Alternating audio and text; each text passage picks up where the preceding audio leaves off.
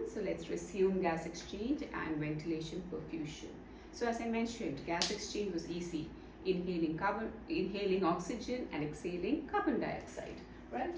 But ventilation is the amount of air that reaches the alveoli or leaves the alveoli.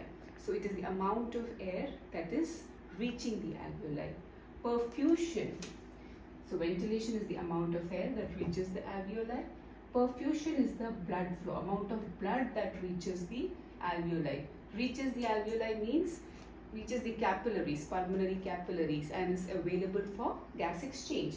So for optimal gas exchange to take place, you not only need air to reach the alveoli, but also the blood should be available. The perfusion should be good too, so that it can be transferred into the blood. Oxygen can be delivered into the blood and then to different parts of the body.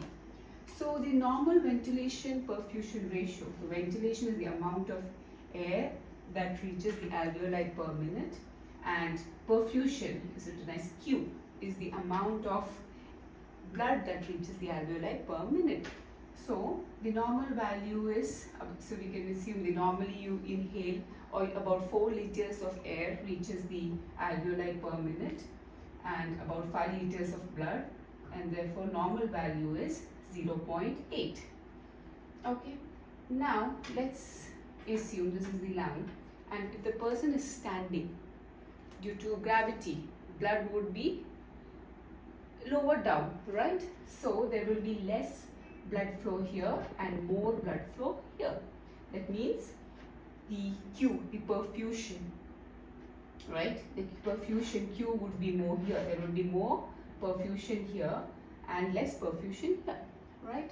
So now V by Q, what will happen to the value? Around the middle of the lung, okay, it would be 0.8, slightly up it would be 1, and as it goes up near the apex of the lung, it can be even up to 3, some 2.1 to 3, the V by Q ratio. Whereas lower down, it's going to be even less, okay, about 0.3 to 0.6. Now you can imagine, you not only need air to enter the alveoli, but also the pulmonary capillary should be intact, right? The perfusion should be good for gas exchange to take place. Now imagine if ventilation was 0, what will happen to V by Q? If V is 0, the V by Q ratio will be 0.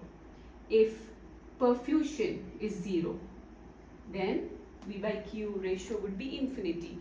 If it's 0 or infinity, no gas exchange takes place. So now I would quickly end with examples.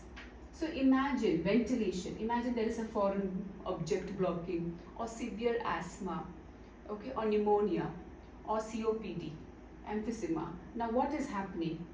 Okay, the ventilation is affected, right? That is, the air to reach the alveoli is affected. So this will affect the VQ ratio, isn't it? Same thing goes to perfusion. Imagine there is a pulmonary embolism or a pulmonary thrombosis. What is pulmonary thrombosis? Thrombosis is a clot.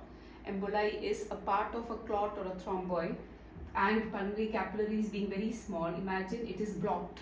So there is no blood circulation, there is no blood flow here.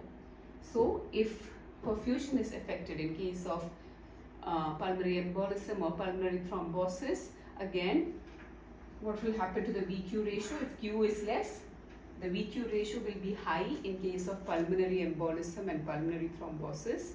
Whereas if the ventilation is affected, such as some foreign body obstruction, severe asthma, pneumonia, COPD, emphysema, which is part of COPD, then the V would be less, and therefore the V by Q ratio will be less. So it also tells us the status of hypoxemia oxygen delivery. Thank you for now.